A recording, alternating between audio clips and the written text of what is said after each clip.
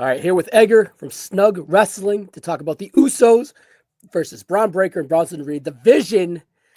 Edgar, right off the rip. Usos top what? 5, 3, 10 tag team in WWE history. What do you think? Oh man, definitely one of the best tag teams in all of WWE history. I don't know what number I would specifically put them, but I think it's safe to say that they're definitely up there. Yeah. Yeah, in the last 10 years, for sure, they're up there with the New Day on their own tier, really, right? Historically, Demolition within the WWE, Hart Foundation within the WWE, teams like that, Edge and Christian, Dudley's Rockers, Yes. Hardy Boys, Hardys. give or Hmm. take a little bit. Then it gets a little weird. Like, is DX, are they a tag team or are they a stable? Stuff like that gets weird, right? So New Age Outlaws, I Yeah. think they're vastly underrated just because how big they were. But the Usos can go, and they're immensely popular. Yeah. They're so popular that they are on this loaded Wrestlepalooza card, and they're kind of an attraction on this card too. I give you a few Hmm. matches to pick from. Why did you pick this match? Is it because of the Usos or you into the Vision? Hmm. What's up? Lots of reasons, man. I've been a big fan of the Brusos, is what I like to call them, Bronson Reed and I've never Bron heard that. Breakker. I've Even heard though there seems to be a lot of people complaining that they've been a part of the main event matches like repeatedly on Monday Night Raw over time, but I mean, these guys are the future of the company. They're really young and they're putting them. WWE is putting the Brusos over in a big way. That's one of the reasons I wanted to talk about this match specifically. Also, I've been really enjoying the feud that Jey Uso and LA Knight no have doubt. started to do. I think that's really interesting. The fact that the Usos are coming back together is a big deal to me. And Jimmy Uso also looked really good last night on Monday Night Raw. So I'm this is one of the matches that I'm actually excited for the most of WrestlePalooza. So that's why I picked it. Yeah, there's a few directions I want to go off, but first being Jimmy Uso, LA Knight, and Jey Uso. I liked how they used Jimmy Uso as like a proxy, right? Because it was layered as well. Like LA Knight was using Jimmy, who just rekindled with his brother, even though they've been good for a while, but they've been on separate shows. Now they're together on Raw for the time being. And there's always that like brotherly tension there, especially since they had that WrestleMania match that was bad or whatever. But there's always that Hmm. bubbling tension. And ultimately, it's coming from Jimmy preventing Jay to become the tribal chief because it knows what it will do to the family, right? So Hmm. they're kind of having that layer there as well. LA Knight is a rising star. Jay Uso is still a rising star, right? So Hmm. it's a very interesting dichotomy there because honestly, in retrospect, I think Jey Uso stole his main event push, right? In a way, if you Hmm. look at it, right? Because LA Knight was on a fast trajectory. Jimmy Hmm. Uso was on a fast trajectory, but not as fast. But you could see the building blocks of him getting to the main event. And then it was like, we got to piss or get off the pot with either one of these guys. And they obviously went with Jay for the Royal Rumble. But Hmm. I could see clamorings to go with LA Knight. And now they hear 9 months later, both LA Knight again, kind of on the incline again, but slowly. Uso on the decline. But for character wise, Jay knows what it takes to get up top. He's clamoring to stay on top. So he has discovered this edge. So what do you Hmm. think of this Jay Uso edge, the fracture between Jimmy and Hmm. Jay, even though it's kind of playful, but there's some substance there. And ultimately, LA Knight just kind of playing them like a fiddle and getting his receipt. This became a Hmm. receipt on a receipt on a receipt. So it's where is that Hmm. boiling over to as well? And kind of, I threw a lot at you, but what do you got to say about the Yeah. LA Knight situation?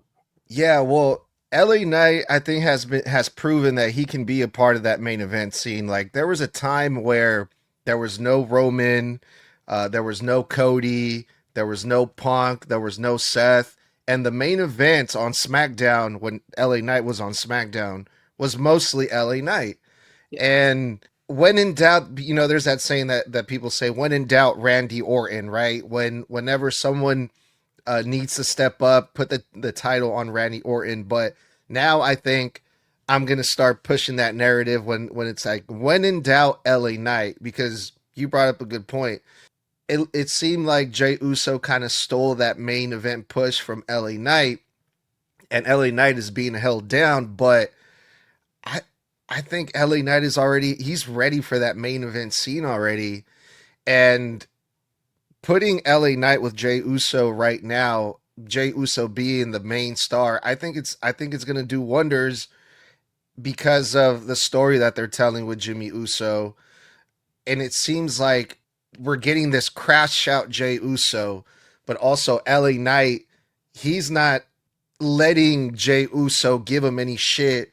So it's like these two big stars, they're putting them like on the same level playing field, and they're just gonna collide at some point. And I'm really excited about all this because also just really quick, people are like, oh, they shouldn't turn Jey Uso heel. They shouldn't turn LA Knight heel. They don't have to turn these guys heels. Both of these guys can be tweeners, kind of like a Roman Reigns was. Yeah. You know, he was a heel, but you understood him, and Roman Reigns was still getting cheered. I can see Jey Uso being in that same category as a tweener. He can still do heel shit like he has been doing and still be loved. So I think all of this is just everything with Jay and LA Knight, how it's going for me. It's working really well. Yeah. So Jay has shown a lot of edge before. Like, look how he treated Sammy when he became Roman's right hand man. Look what he did to Daniel Bryan, stuff like that. So he's shown he has this edge to him, but he's never really shown it as a baby face, right? As a baby face, he's always been the Yeet man, 4 letters, the Yeet guy or whatever. He's always been the fan loving guy, the bringing everyone together type. So he's never shown that on the baby face side of things. So I know that layer was there. I'm glad that they brought it out of him. And most importantly, I like that they gave LA Knight that edge too, because LA Knight, heel or babyface, he's the same guy. He's LA Knight. He's bombastic, right? He's arrogant. He knows who he is. He has goals, and he doesn't care who's in his way. He gets those goals. That's who LA Knight is. Yeah. He never really has friends. I think what's his finisher? The BMT. It's pretty much just like boom. It's like a out of nowhere type of move, right? And also CM Punk is the same way too. CM Punk, he's a babyface, but he'll do what it takes. It doesn't matter who you are. CM Punk will take you out. Absolutely. So you kind of need some of that, but I'm glad that they're bringing those characteristics to the foreground. Now, to kind of put a bow on this, right? Do you think they actually go with the bad guy for either one of those? And who do you think would have more upside as a heel? No, I don't think they should because they're too. I don't think either Really of these like their guys. Yeah, because they're too big of like merch sellers and popularity and this and that, and to say, okay, these guys they're gonna turn bad and be evil, and we're gonna make them heels. I think just keep them like this. Keep them tweeners. They can still be heroes and baby faces, but still demand respect. Like I'm not gonna stand for this for mistreatment from nobody. Kind of like we kind of talked about this a little bit, but like Io Sky versus Stephanie Vaquer, for example, just to compare. They're all about, oh, I respect you, you respect me, and let's just all respect each other, and that's cool. But sometimes I get that they're two baby faces, right? So that makes sense. But so is Jay and LA Knight, and look at them. They can't stand each other, and that's okay. And That's to their me, egos talking right there. Yeah. and that's more interesting than them just being like, I'm a good guy, you're a good guy. Let's just be good guys together. No, let's fucking beat each other up sometimes. Well, those two guys are very, very established, and they're still establishing who Stephanie Vaquer is. And Io is a great wrestler, but as a character, she's very limited as a babyface in a way because she's extremely likable. And her likable list is through her mannerisms and so on and so forth. So for her to kind of branch out character-wise, it's a little difficult. But these guys, they don't have to worry about that. They're bombastic. They have so many mannerisms that are whatever. What I will say, notice about Jay, though, to kind of put a bow on the Jay side of the things here. There last night, the whole crowd was yeeting. He didn't yeet once. Just when he came out, he didn't yeet. They were yeeting. When the music hit, he just ran to the ring. When he was leaving, he still had that menace look on his face. Jimmy tried bringing them together, do the whole yeet thing. Everyone was yeeting, and he just walked out with a sourpuss in his mouth. So I don't know if they're test running him being over this, and I can literally see him going for the Roman spot and trying to go with it. And I think think I'm for it, honestly. I want to Yeah. see what he's got in it. I want to see that 2020 Daniel Bryan. I want to see that 2022 Sami Zayn edge, the edge that he had. What does that look like now after going through the Yeet, going through the world title, going through the babyface, being up top? Because before, that edge was to protect the family, right? Now that he has the edge being up top, tasting it up top, and then he'd be up top of the family. Man, that's some layers that I would be very interested in. I would think it's more likely if Jey Uso went heel, bad guy, whatever, than LA Knight. Yeah, dude. I mean, Roman Reigns. There's already been reports that this contract is up. I think the end of this year or sometime in 2026, early on, something like that. And I mean, obviously, the WWE is probably going to do their best to keep him or whatever. But Roman Reigns has a future in Hollywood as well, so he's also getting up there in age. So it's only a matter of time before someone else has to step up as the tribal chief in story wise. And I think out of all of them in the family that we've seen, I think Jey Uso makes the most sense. He's the most over Samoan after Roman Reigns. I think that's where they're heading with all this. And if they keep doing this with Jey Uso, making him a badass, kind of like what a Roman Reigns was in the past, where he was demanding, he was controlling, but the people still loved him, and he got shit done. I can see Jey Uso in that role also, and I think this is the best version of Jey that we're gonna see, and this is only the beginning. Yeah, and I wouldn't worry about merchandise. Roman Reigns was the top merchandise guy as the tribal chief, right? So Yeah. I don't think they have to worry about that money. I think there's a part of the fan base would be like heartbroken because they love the yeeting, but in my opinion, that's limiting, and they got to that limit. And getting the belt off him was probably the best thing for him long term. I said that as soon as he won it at WrestleMania 41. So if this is the long term, good for them because I didn't see it coming, even though I can see it now. And honestly, I kind of want it. And I think that would make a spot for LA Knight to kind of really go take it over and have a chance to be that baby face. So we'll see. That's how I see this playing out. Hopefully we'll see. And especially after last night, Monday Night Raw, just his mannerisms afterwards, being that up close to him like working shit out and so on and so forth. I think that's what we're possibly going to get. So we'll see. All right, let's talk the other side of the aisle here. What did you call them? The Bron The Brusos. The Brusos. Oh, Edgar, I'm not gonna lie. I don't think I like that. No, I got that one from Jey Uso. He called them the Brusos, and I'm just like, I'm calling them that now from now on. All right, that's gonna take a minute. They usually beat shit over your heads with it. That's gonna take a minute. With me, you're gonna have to beat the fuck out of the head with that one. Yeah. All right, before I start talking about these guys, this is a glaring thing that's not really talked about. Ever since Paul Heyman went away at Clash of Paris, these guys have not been anywhere near Seth Rollins and Becky Lynch. So Paul Heyman is the conduit between the vision.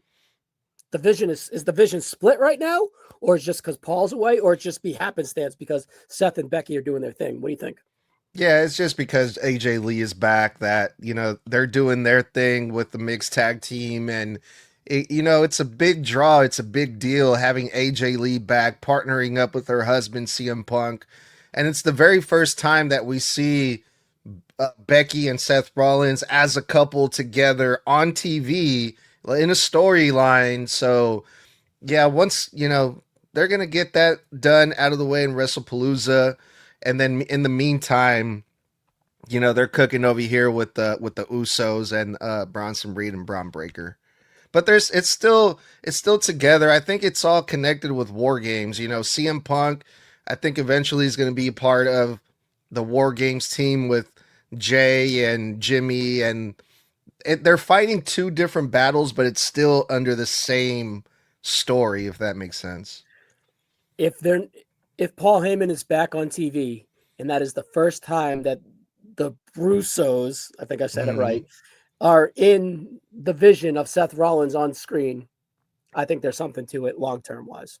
I definitely think there's something there long-term stories. Because on your podcast, Snug Wrestling, Monday Night Raw reviews every Monday night, you would constantly say that Breakker was giving Seth side eyes. Seth would be like kind of Mm, taking shots at Rollins, so at mm, Breakker. So they're definitely seeds that are planted there, but it just seems mm. so fast because these guys got established the night after WrestleMania, right? And then they Yeah. inserted Reed around what, May, a Saturday night's main event.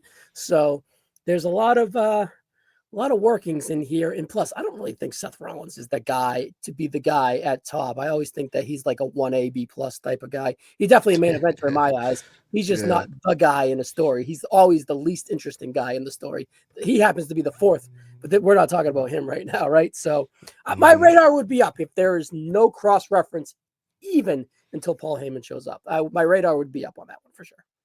Yeah, definitely. And then we have yet to see. I think first, before all of that happens, have we seen Braun Breaker versus Roman Reigns yet? I don't think we have. No, that's I a big think money match that they held on. They just got the tag match at SummerSlam and maybe a 6-man somewhere else or something like that. But that's all that they've had from an in-ring match is the SummerSlam opener. yeah, but we have to see them go one on one before any of that, and I'm pretty sure that's probably going to happen when Paul Heyman comes back. Yeah. So, all right, I got 2 questions for you and we got predictions, Hmm. both being stock related. You're familiar with the stock. So, first being LA Knight and Jey Uso are equal stock right now. Which stock are Hmm. you investing in for the next 6 months? Ah, shit, that one's hard, man. That one's hard. I'm just probably Jay Uso, just because everything that we mentioned about, he might be the next tribal chief, and he's acting Yeah, like there's more Roman, upside, and more options kind of in a way. And I yeah. agree with you there, but my heart kind of wants to buy LA Knight. I'm not going to lie. And the second one is stock related as well. Hmm. Bronson Reed or Bron Breakker, but the caveat being Bron Breakker stock is a little bit more than Bronson Reed's right now. So which one do you want? Would you rather invest in? Oh, that one's a no-brainer. Braun Breaker is the future. That guy, he's money. Not saying that Bronson Reed isn't, but I mean, Braun Breaker is clearly the guy that's going to get the major push in the WWE. Yeah, even though his stock's higher right now and the margin's not as big, like Hmm. perception wise, because the stock is so much higher right now. I do agree with you. I think he's a Yeah. no brainer. But I do. Reed's growing on me. They added the finishing move. He got the new finisher last night, and he's pinned Jay and LA Knight the last Hmm. 2 weeks on Monday Night Raw. So he's low key a buy low right now for sure. But I don't know where he's. I don't think his upside is as big as Braun Breaker's, obviously. So No, Bronson Reed is good, and he's young, and he's going to do great things in the WWE. But I don't think main eventing a WrestleMania is going to be one of them, like yeah, Braun Breaker. no doubt, no doubt. All right. Yeah. And the final is who's winning this match? Shit. I would like to see Braun Breaker and Bronson Reed win this one. I just feel like they needed more because, like we mentioned before, the Usos are already huge established stars, Yeah. and we Bronson Reed and Braun Breaker need to get some important wins, because those are the young next and up and coming guys in the WWE. And also with everything that we've been seeing on Monday Night Raw with Jimmy and Jimmy kind of going behind Jay's back, accepting the match, teaming up with LA Knight because Jay Uso told him not to do it. There's a little bit of tension there. And also now Jay Uso is probably going to be like, you see, I told you not to take that match. You got your ass beat. You guys lost. So I think that might go into play at this match here at WrestlePalooza, and that's what's going to cost the Usos to lose. Yeah. Will LA Knight perhaps get involved as well? And the way I look at it is I'm just going to think not too deep into this. Braun and Reed lost at SummerSlam. They're going to win here to kind of even that out Hmm. here. I don't want to think beyond it, even though the Usos coming together is cool. And like we said to start this pod, uh, top 10 company history, right? So they're kind of bulletproof in a way too. They can absorb the loss, and Jimmy would be fine taking them. He's been taking them for years. Yeah, I don't see LA Knight getting involved though, because LA Knight was the one that got the last laugh on Monday Night Raw. True. Good So point. what is Yeah. LA Knight gonna show up and like rub more salt on the wound? Like, hey, I BFT'd you, and now I'm gonna cost you the match. I don't. That's a really good point. But they got a Yeah, SmackDown left, even though he's not a SmackDown guy. And maybe they have a run in earlier in the show. I think you're right there, though. That's a really good point. I didn't kind of consider that. But yeah, maybe it just, I don't know, maybe something boils over or something. So they can get creative there. All right, Edgar, you yeah. guys are rocking over at Snug Wrestling. 4-5 releases a week after Raw, Mhm. after SmackDown, after Dynamite. What else is going on over there, man? We just started the Spanish content as well for the the Latinos out there that are huge wrestling fans. We're doing a bunch of reaction videos as well during the shows. Like this weekend, I'm going to be putting out clips for All Out and Wrestlepalooza. We're going to be doing predictions for Wrestlepalooza tomorrow night, and then my one-on-one with Mr. Blood, where we just talk about like the latest news and stuff on Thursdays. And yeah, man, just trying to put out as much content as possible. Yeah, link up, guys. Check it out. Edgar, I think we've had you on here, 2 years ago for one of these. And Hmm. your viewership, we were talking about it, has 10, 12, 13, 14, 15 times in 2 years. So you're doing it right, man. It all comes down to the grind. So it's all about Yeah, the dude. grind, and it's all off the dirt in your nails, man. You really are grinding it out. So I'm happy for your success, man. I appreciate you, Ryan. Thank you, man. Yeah, I'm always happy to be on here, dude. Anytime you want to have me on, I'd be happy to do it. All right, we'll link up soon. See you soon, pal. Later.